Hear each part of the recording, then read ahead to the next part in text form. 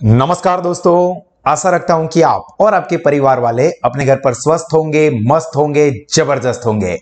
मैं हूं आपका दोस्त, आपका टीचर, आपका guide Bhavin sir from Sahas institute of commerce, your own personalise high tech digital classes. दोस्तों, 12th कॉमर्स में एसपी एंड सीसी सब्जेक्ट का जो सेकंड पार्ट होता है, एसपी यानी कि सेक्रेटरियल प्रैक्टिस वाला, इसके अंदर हम लोग हमारा पहला chapter issue of share study कर रहे हैं। और इस चैप्टर के आज के इस सेशन के अंदर हम लोग डिस्कस करने वाले हमारा next topic, that is renunciation of shares. तो आप सब लोग अपने साथ अपनी टेक्स्ट बुक ले ले, साथ में पेन पेंसिल और हाइलाइटर रखें और मेरे साथ साथ इस टॉपिक को, रिनंसिएशन ऑफ शेयर के कॉन्सेप्ट को बहुत ही अच्छे से समझे। सारी इंपॉर्टेंट चीजों को अपनी नोटबुक में टिक मार्क करें, हाईलाइट करें। जरूरी जो भी एग्जांपल मैं दे रहा हूं वो भी आप लिखना चाहो तो लिख सकते हो। तो चलिए जल्दी से शुरू करते हैं।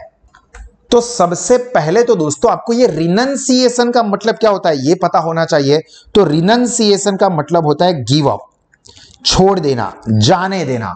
जा सिमरन जा, जी ले अपनी जिंदगी। इसी तरह से यहां पर शेयर होल्डर जो है वो अपने शेयर को जाने देगा, रिनंसिएट करेगा। तो देखिए यहां पर क्या कहा है, a company can offer it's existing share holders additional shares. देखो, एग्जिस्टिंग शेयर होल्डर्स को एडिशनल शेयर्स देते हैं जिसको कहते हैं राइट शेयर्स। तो देखो यहां पर एक इंपॉर्टेंट कॉन्सेप्ट आया राइट शेयर्स का। तो सबसे पहले आपको यह पता होना चाहिए कि राइट शेयर्स क्या है। तो सबसे पहले मैं आपको ये राइट शेयर का कॉन्सेप्ट क्लियर कर देता हूं विथ प्रॉपर एग्जांपल। देखो, एक कंपनी है, for example Reliance industries limited, ये RIL कंपनी है, ठीक है। उसने कंपनी में ऑलरेडी 1 करोड़ शेयर को इश्यू किया हुआ है, जिसमें से एक शेयर होल्डर है मिस्टर बी, जिन्होंने कंपनी के शेयर खरीदे हुए शेयर होल्डर है। ये एग्जिस्टिंग शेयर होल्डर है। एग्जिस्टिंग शेयर होल्डर मतलब उन्होंने अभी ये 1 करोड़ शेयर में से कुछ शेयर खरीदे हुए हैं। अभी यहां पर कंपनी जो है ना वो न्यू एडिशनल शेयर इश्यू कर रही है, new share, additional new shares. तो अभी ये न्यू शेयर्स कंपनी इश्यू करेगी तो ऑब्वियस है कि वो ओपन पब्लिक को, जनरल पब्लिक को शेयर खरीदने के लिए इनवाइट करेगी। पर यहां पर जो भी कंपनी के साथ पहले से जुड़े हुए यानी कि कंपनी के एग्जिस्टिंग शेयर होल्डर्स है, जिन्होंने कंपनी के ऊपर भरोसा रखा है, जिन्होंने कंपनी के अंदर अपने खुद के पैसे लगाए हैं, तो कंपनी क्या करेगी, जब भी नया शेयर इश्यू कर रही है, सबसे पहले तो कंपनी न्यू शेयर कब इश्यू करेगी, जब कंपनी और ग्रोथ कर रही है, एक्सपांड हो रही है, उसका बिजनेस बढ़ रहा है, मतलब अच्छी चीजें हैं।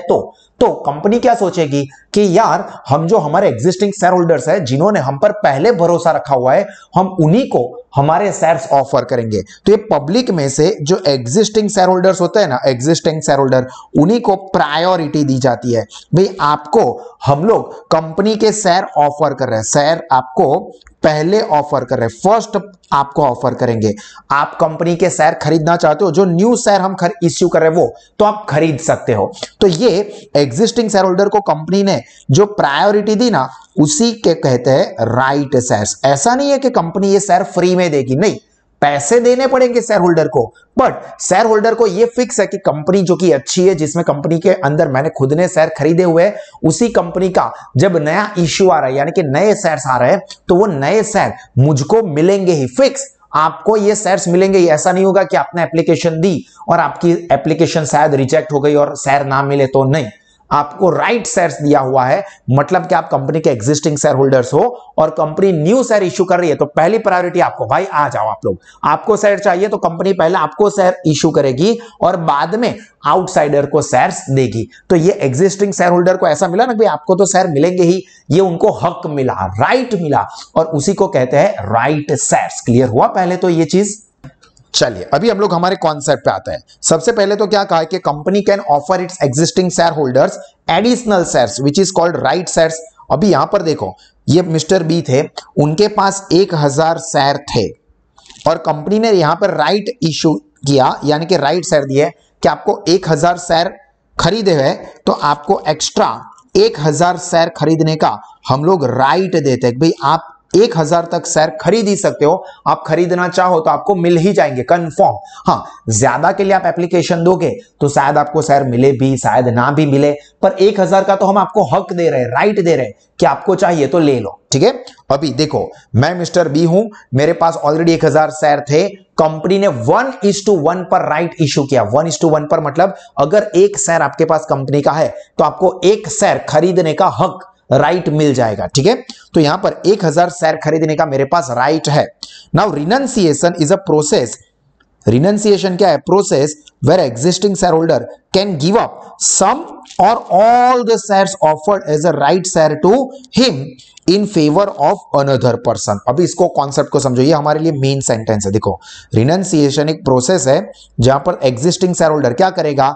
Give up either some or all of the shares offered to him as a right share to another person in favor of another person। अभी देखो यहां पर मिस्टर बी को 1000 शेयर खरीदने का राइट मिल गया है। ठीक है, मैं मिस्टर बी हूं, मेरे पास ये 1000 शेयर खरीदने का राइट है, पर सपोज मेरे पास 1000 शेयर कंपनी के जिसकी प्राइस मार्केट में फॉर एग्जांपल चल रही है 1500 रुपए, वो खरीदने के मेरे पास पैसे नहीं है, तो मैं यहां पर क्या कर सकता हूं कि यार ये 1000 शेयर का जो मुझे हक मिला है ना, ये पूरे का पूरा राइट मैं किसी और को दे देता हूं। Give this right to another, give this right to other person. अभी यहां पर मैं क्या कर सकता हूं? अदर पर्सन है फॉर एग्जांपल मिस्टर सी। ठीक है, तो मैं मिस्टर सी को या तो पूरे के पूरे 1000 शेयर खरीदने का राइट इनको दे देता हूं, या तो फिर मैं क्या करता हूं, भाई देखो 500 शेयर तो मैं खरीद लूंगा क्योंकि कंपनी अच्छी है, मुझे चाहिए ही, पर मेरे पास 1000 शेयर खरीदने जितने पैसे नहीं है, पर 500 शेयर मैं खरीद लूंगा। तो ठीक है, 500 शेयर का जो राइट है ना, जो कंपनी मुझे फिक्स देने ही वाली है, मैं क्या करता हूं कि भाई ये राइट जो आपने 1000 शेयर खरीदने का मुझको दिया था ना, उसमें से 500 शेयर कंपनी आप मुझे दे दो, पर बाकी के 500 शेयर जो मेरे हक के बनते हैं, पर मेरे पास पैसे नहीं है, गरीब आदमी हूं बेचारा, इतने शेयर अभी खरीद नहीं सकता, तो ये 500 शेयर का राइट है ना, मेरा दोस्त है मिस्टर सी, आप इसको ये 500 शेयर खरीदने का राइट दे दो। तो यहां पे मिस्टर बी ने क्या किया? ये इतने पार्ट के लिए अपना शेयर जो है वो क्या किया? रिनंसिएट किया इन favour of another person. Mister A ने या मिस्टर बी ने, मैं मिस्टर बी हूं, तो mister B renunciated his right share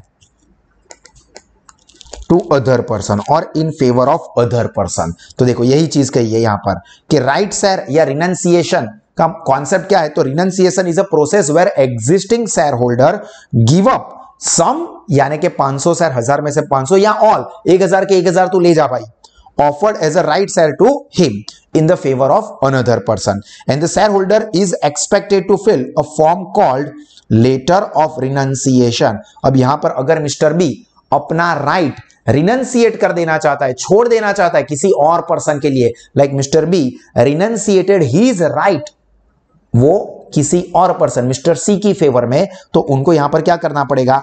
letter of renunciation, LOR, ये देना पड़ेगा।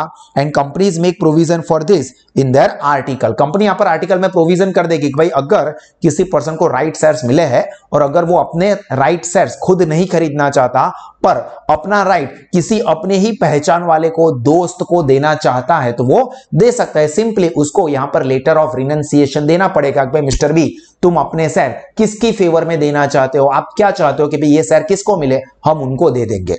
A letter of renunciation is enclosed with the allotment letter itself। तो ये letter of renunciation है, वो जो allotment का letter आता है उसी के साथ भेजा जाता है। A letter of renunciation is divided in two parts। देखो ये जो letter of renunciation है वो दो पार्ट में डिवाइडेड होता है। पहला जो पार्ट है, first part is a letter of renunciation, वो क्या है? In which original shareholder sign, देखो original shareholder signs and states that he wants to renunciate some or all the shares in favor of certain person। मतलब यहां पर पहला जो part होगा उसमें क्या करेगा? मिस्टर बी बता देगा, साइन करेगा और उसमें बता देगा कि भाई जो मेरा राइट शेयर्स है वो पूरे का पूरा 1000 शेयर या 500 शेयर मैं ये मिस्टर सी की फेवर में देना चाहता हूं। ये पहले पार्ट में होता है। और दूसरे पार्ट में क्या होगा? Second part is a request for allotment of the share, मतलब वो विनती करेगा कंपनी को, भाई कंपनी में आपको हाथ जोड़ के गुजारिश करता हूं कि ये जो मेरे राइट शेयर्स है ना वो इस मिस्टर सी को प्लीज दे दीजिए, रिक्वेस्ट के फॉर्म में। The person in whose favour the shares are to be renunciated sends the request the company to allot the shares to him, मतलब यहां पर जो पर्सन है in whose favour the shares are renunciated वो भी क्या करेगा, अपनी साइन करेगा। मतलब यहां पर फर्स्ट पार्ट में क्या होगा, मेन चीज है ओरिजिनल शेयर होल्डर, उसकी साइन होगी, और यहां पर क्या होगा, in whose favour person to whom right is transferred, यानी कि जिसकी फेवर में रिनंसिएट कर दिया है वो, हमारे एग्जांपल के हिसाब से मिस्टर बी जो है वो ओरिजिनल शेयर होल्डर है, यानी कि मैं, और मैंने मेरे जो राइट शेयर्स है वो किसकी फेवर में, सी की फेवर में रिनंसिएट किए, ट्रांसफर किए। तो यहां पर मिस्टर सी क्या करेगा, वो अपनी साइन करेगा और रिक्वेस्ट करेगा कंपनी को कि प्लीज देखिए आपने मिस्टर बी को जो शेयर्स अलॉट किए थे वो उन्होंने मेरी फेवर में ट्रांसफर किए हैं, तो मैं आपको रिक्वेस्ट करता हूं कि वो शेयर्स आप मुझको अलॉट कर दीजिए। तो ये सेकंड वाले पार्ट में आपको याद रखना है कि जिस पर्सन की फेवर में ये राइट शेयर रिनंसिएट किए गए हैं वो कंपनी को रिक्वेस्ट करेगा अपनी साइन के साथ, और पहले पार्ट में जो ओरिजिनल शेयर होल्डर है वो साइन करेगा और कंपनी को बताएगा कि भाई जो मेरे शेयर है वो ये मिस्टर सी मतलब क्यूट पर्सन, कोई और सी नहीं जो आप समझ रहे हो, उसकी फेवर में ट्रांसफर कर दीजिए। Clear?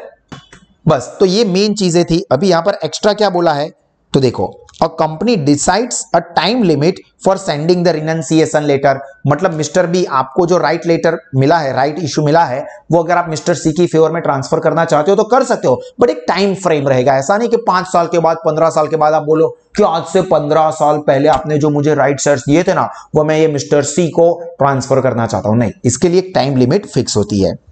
Decides the time limit if the letter is received from the original shareholder within this time limit decided by the company, then company make appropriate notes in statement of application and allotment, and when the list of the membership is prepared the name of the person is recorded as a member। ये सिर्फ आपके knowledge के लिए था, read for knowledge. इसके अंदर main चीज क्या कहने की कोशिश की है कि अगर कोई पर्सन ओरिजिनल शेयर होल्डर वो अपना राइट किसी और पर्सन की फेवर में ट्रांसफर करना चाहता है तो उसको ये जो स्पेसिफिक टाइम लिमिट कंपनी ने दी हुई है उस टाइम लिमिट के अंदर ही ये रिनंसिएशन का लेटर कंपनी को सबमिट कर देना पड़ेगा। क्लियर हुआ दोस्तों? तो यहां पर अपना ये रिनंसिएशन ऑफ शेयर वाला टॉपिक कंप्लीट हुआ। छोटे क्वेश्चन में सेक्शन सी या डी में अगर आपको पूछना है तो ये काम लग सकता है, तो इसको आप लोग बहुत ही अच्छे से रिफर करके अपनी नोटबुक में लिख दीजिए। और इसी तरह के और एक्सीलेंट एजुकेशन आपको 12th कॉमर्स में 12th स्टैंडर्ड के बाद FY, SY, TY, BCom, CA या CS के लिए आप अवेल करना चाहते हो तो साहस इंस्टीट्यूट अलग अलग स्टडी ऑप्शंस प्रोवाइड करता है, जिसमें हमारे offline smart classroom study programme है।